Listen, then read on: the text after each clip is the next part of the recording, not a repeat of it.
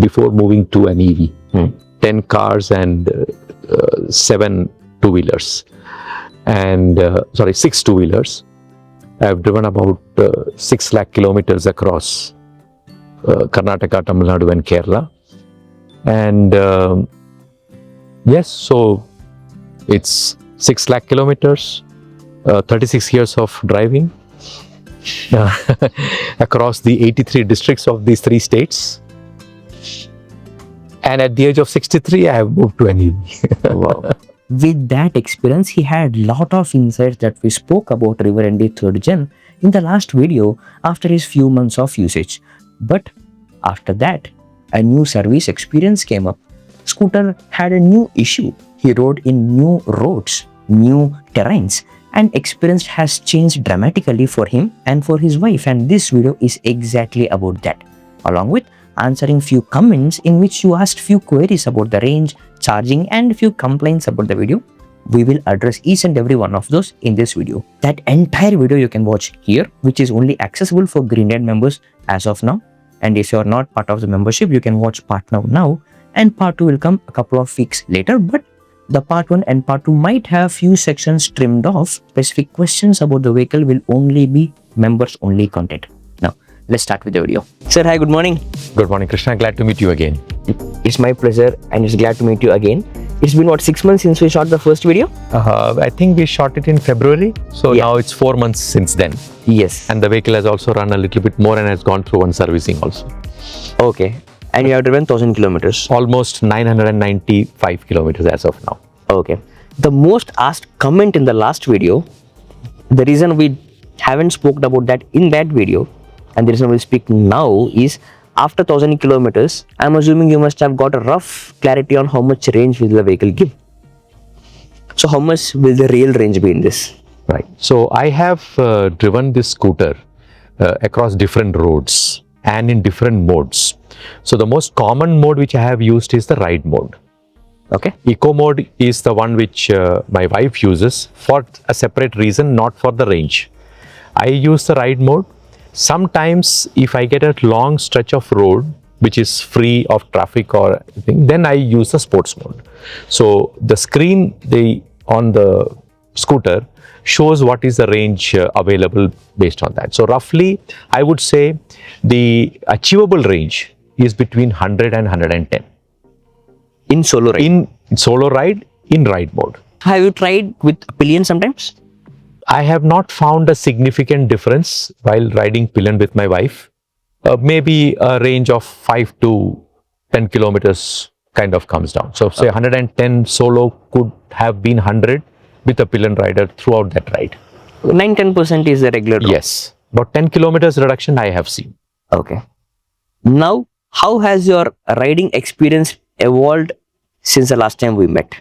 Yeah, I have quite a few experience to share because during this time my daughter's friends have come and checked out the scooter in terms of how they would, both of them are already using scooters, not the River ND. So they have tried sitting on it, moving it around. So the first concern which they said, I'll say it from their perspective, is initially they found it a little bit difficult to move the scooter, but once they sat on it and after 5-10 minutes they said it is manageable. So both of them are roughly around, say, one is about 5 feet 3 inches, the other is 5 feet 8 inches. So the taller person found it extremely easy to move it. The shorter person said probably I would prefer maybe about a lighter scooter. With my wife, she rides mostly in the eco mode. Not from the range perspective, but from the fact that when she drives it on eco mode, it gives her a better control when she is driving. So as she has experienced earlier on a ride mode, the accelerator or the traction is a little bit more too fast for her comfort. So she prefers to use the eco mode. I prefer to use the ride mode. But I have rarely found occasions to go into the sports mode in this Bangalore traffic. I understand. I'll talk about your wife because the last time when we spoke, she said initially it was slightly intimidating to just take the vehicle out of the parking and to start the vehicle or to take the reverse. Now has she evolved from it and come out of it? Yes, now she uses it quite regularly, very confidently. Uh, she does occasionally, talk about the weight, but she says that's not a concern right now because she has adjusted to it. I'm glad you brought that point because a lot of people I speak to, they bring this point that the vehicle is too heavy and I'm short. I feel intimidated. I like the vehicle, but can I actually buy it? Yeah. What do you say to that? Yeah. So just yesterday, my nephew, who is an engineering student with an IT, he rode with me on this scooter on the Pillion, and I asked him, "How do you feel?" Because he rides quite often as a Pillion on his father's Royal Enfield, and also on his mother's Suzuki Access 125. So he said that this Pillion he finds much more comfortable because the seat is wider, and when we took the drive also, he said it's very stable as a Pillion rider. So I'm just giving you the perspective of two very, very young people, and we as being older people, we tend to sometimes look only at what we feel about a vehicle. So is that a concern right now? It is not, I believe, but I would say that this scooter for people who are short may find it difficult to maneuver. A person who's around 5'3" and above would find it very easy to maneuver. Last time you told me about your wife and your daughter, you told them to practice inside the apartment for a few weeks before they are confident to take it outside. I'm assuming now they have crossed it. Not inside the apartment, but in the inner roads outside the apartment. I hope now they have crossed that Oh, stage. that is not at all. Now they don't need to practice at all. For them, it's become a muscle memory after regular usage. Only thing is that they wouldn't go beyond 3 to 5 kilometers. Okay. I have taken it on the outer ring road. I have tried to, kind of feel gone up to 20, 25 kilometers one way, and have come back, driven it on the outer ring road during the morning hours, during the peak traffic time of 9 to 11, during evening hours, during afternoon hours. So I've done all that. Not because I wanted to test it, but because I had an actual need to use it during that time. And one thing which I want to say very clearly, as compared to the earlier vehicles which I've used, even when I've driven through the outer ring road and in traffic, the most comforting factor has been that this scooter feels very, very stable. Very, very stable. So that's a very comforting factor. And even as vehicles are passing by, overtaking, etc., some vehicles, scooters and bikes do overtake at great speed. That doesn't concern a scooter driver. So I've driven up to 60, 75, 80 also on the outer ring road when the traffic was less. So at all speeds, this vehicle has been stable. As we just said, context, outer ring road is where you find extreme traffic. Traveling for 10 kilometers might feel like eternity. Couple of hours, 3 hours in the peak hours. So in that traffic, this vehicle, great. But in that traffic, did you feel slightly intimidated by the weight of it to maneuver in very tight spaces? One. Second, I'll talk about after this question. Yeah. So when you are in tight spaces, as long as the vehicle does not come to a, very, very slow, say below 5 kilometers per hour and all, and if too many people are not crowding around your vehicle, the weight does not matter. But then when you have to, it gets crowded and you've got to maneuver at, 3 kilometers per hour, 5 kilometers per hour, it's advised. What I do is that, I will not say advise, it depends on each person. I would say what I do is I put one leg down. One leg down. The other thing which I also tried when I was on the outer ring road driving was to put these front pegs down and put both my legs on the pegs, These ones. Yeah, here. these two. These two. Okay. Yeah, these two. And then tried it, and I found that gave even more stability. Oh, okay. Even more stability, because it gave a much more planted look even while driving. I thought that works for cruiser-like ride on highways. Yes, but this was something which I found as very comforting, especially one is driving on those roads. Very good. Did you feel regeneration slightly coming into your way in that slow speeds? Actually, you don't even notice the regeneration. It just appears on the screen that it is regenerating in a green light. And you, in a traffic situation, when we are riding a scooter, do we really have time to pay attention to whether regeneration is happening or not? No. It happens. Whenever you slow down and whenever you put a brake, the regeneration light immediately comes up. So I get an understanding that yes, regeneration is happening. But is it adding significant kilometers to my range? I don't think so. And if it's not disturbing your riding experience, it means it's doing its job nicely. Yeah, it's happening unobtrusively. Correct. I mean, if you feel it, then it means something is there. But you just pay attention. I used to pay attention to see whether it is actually doing regeneration or not. So I just saw this green light coming up. That's okay. But does it add 5 kilometers or 10 kilometers? No, it doesn't. Yeah, I agree. Now the second question. Outer ring road traffic brings a topic about safety. This scooter is supposed to come with a helmet, but you told when you bought the scooter, you didn't get any helmet. Yes. When I bought the scooter, they said the helmet is not available. Then subsequently, I think I read one of the comments in our first video, why is Regeneration not providing, a scooter? So when I went and checked them, they said, as per the rules or whatever, etc.,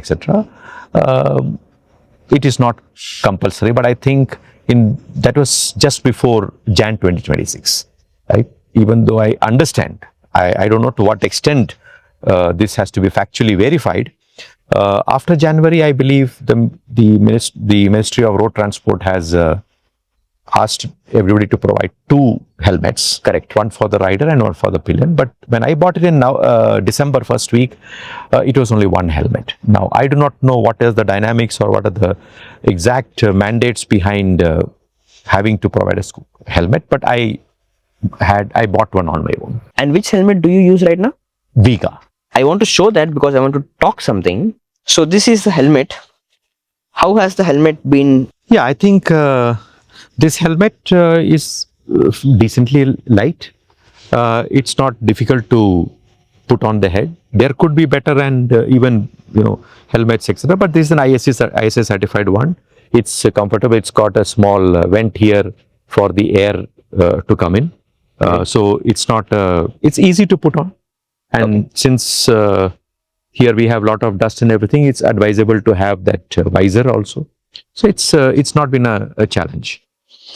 I want to show this because I saw a lot of Regeneration people who bought that 100 rupee topi like helmet just to avoid the challans. Ferrari.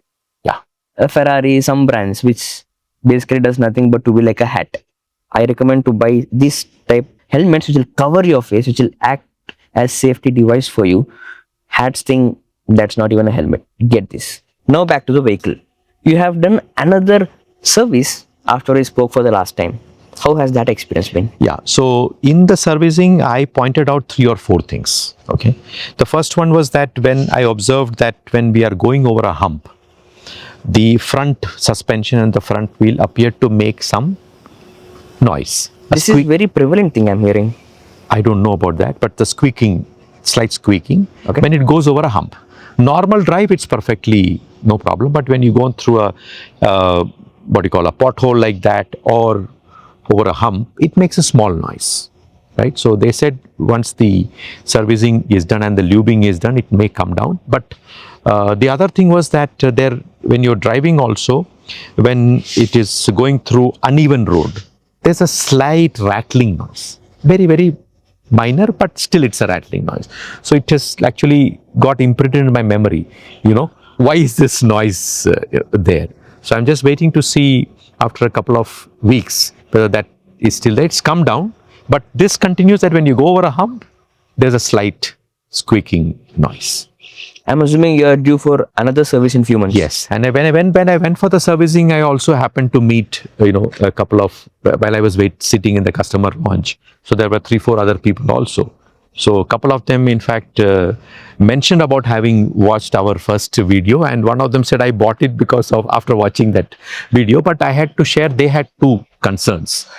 One was a India Post employee, and the other was a CRPF Jawan. So they both had come not for servicing. They had a specific issue with the scooter. One had a tire issue and somebody else had some mechanical issue. So one of the things which they mentioned was that, so I was having a conversation with them. So I was wondering, what made them buy a 1.5 lakh scooter, so the speed post person said that I roughly travel around 50 kilometers in my range. This allows me to keep all the things in the storage. It also has got enough space in the front to keep it also. So I asked him, is this, then he had a problem with the scooter, which they said they would rectify. The only concern which he said that was that the factory people would have to do a video this thing out. So it may take about 3 to 4 days time to rectify it and give it back, right? So the question was, now that person is using the scooter on a daily basis for about 40 to 50 kilometers, has to go to multiple houses and do it. So for him, 3-4 days of the scooter lying in the service center also means that his work is affected. Correct. Right? His work is affected and he needs to constantly move. So how do we, reduce that 3 to 4 days time? And then the other person also had a problem where the spare part, initially they said some 6,000, then 12,000, then 18,000, then brought it down to this, etc. Again, the same issue. It couldn't be solved in 1 or 2 days time. So both had the common issue that the vehicle is in the service station for 4 or 5 days before they get it back. What do they do during those 4 to 5 days? So obviously that's a challenge for everybody. But if that is not an accident issue, if it's a servicing issue, if it's a product issue, then is there something that can be done about it? My suggestion would be, just like a lot of car dealers keep 2-3 vehicles as a spare and give it as a courtesy vehicle if the vehicle is to be in the workshop for more than a week or so, could River Indy also keep a couple of or 1 or 2 scooters at their service center to address such customers? That, I believe, would be a very helpful thing for customers. Fair point. Regarding the charging thing, there were 2 to 3 things which we spoke about. First, about the size of the charger. It is too huge. Are you getting used to it now, or is the trouble still there? Okay, I would put this as in the wish list. Okay. Can it be made smaller? Can it be made lighter so that it's more easier to use? But have we got used to it? Just as whenever in our households we buy an appliance, we buy it with certain expectations, we get some surprises.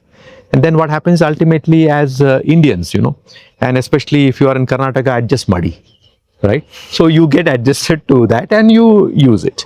But definitely, is that something which can be improved upon? Definitely yes. Maybe in the next generation or the next 2 generations. I agree. As battery technology, improves. Okay. I noticed that you charge your vehicle outdoors where you don't have any roof to cover the scooter. In the monsoons, where do you place the charger? Because if it rains suddenly when it is in charging, I'm assuming it will damage the charger because there are fans on top with open vents. Okay. So if you look at it for River Indy, it is on the side. The charging port is on the side. Yes.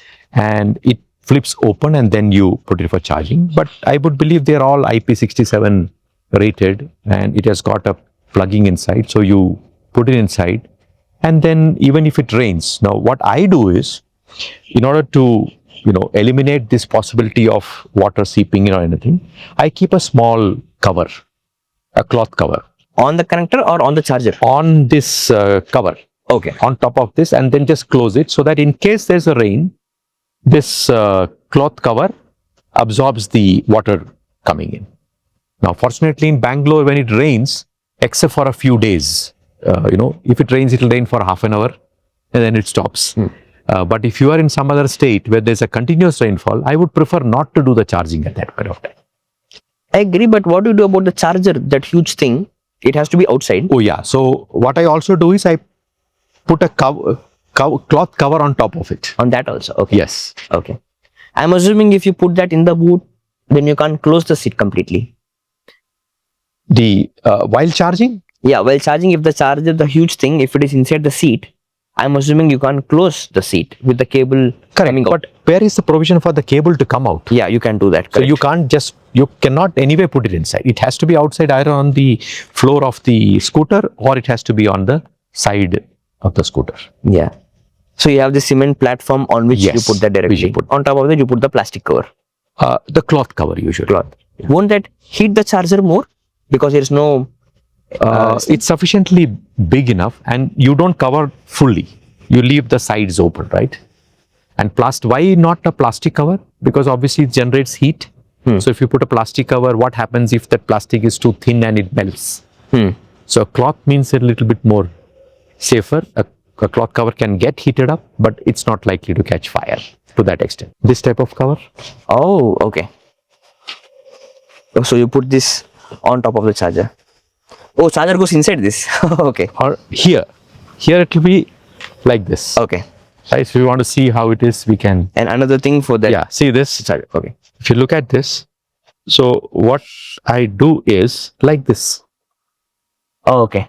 See, if you put it like this, okay, and then why this also? Because see, and you put it like this, so even if there is a wind, No, this is what you call as Jugaad. Nice idea. Right. I'm sure people will note this. Okay. So all this storage space helps. The French storage. You yes. keep all this. Now I have a third concern. The charger is huge. Yeah. And you have to cover it with a cover. And the charger is slow to charge.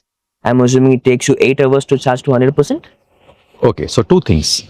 We all know that even if you have a petrol scooter, you don't wait for your petrol to become zero, right? Even on an Activa, on any scooter, it shows there is a red line which shows that you are now just hardly got 1 liter left, right? And that's the time mostly we all go and fill the fuel, right? Similarly, in a scooter, why would anybody wait to go to 0%? You don't wait. 0% happens because you forgot to note it. But typically, I would normally charge once it reaches 30%. Okay, so when 30% to 100%, I have observed that it doesn't take more than 4 hours or 5 hours. Okay, so normally I charge any time it reaches 40%, because from my experience over with both an EV scooter and with an EV car, the discharge happens faster once it comes to 30% or 20%. So I would say optimally charge when you have reached 30%, and 30 to 95 or 100, it takes about roughly what you would say 4 to 5 hours. I just had a thought recently. The charger is so bulky and you have to put it outside, you have to do the charging stuff. And the scooter comes with a huge space of 55 liters, 43 under the seat, 12 in the front glove box. If the scooter came with no glove box, only 43 liters, in place of the glove box, if you had onboard charger with only the cable to deal with, would that have made more sense and more convenience for the scooter? Obviously, yes. Yes, I think that I would say I would add that to the wish list. Okay. Right? So provide the enough space is there. First thing is that can we bring down the size of the charging box, right? And then to provide a vent or a hole through which this thing can be taken and do that. But I don't know how they're going to design that, but that would definitely be very, very useful. I read one of the comments in the first video that I have a smaller River Indy. Somebody written that, and it's a smaller one, and I put it in the front glove box. Okay. But then what we have now is a bigger charger which is more efficient, takes less time. So how do you make that one smaller?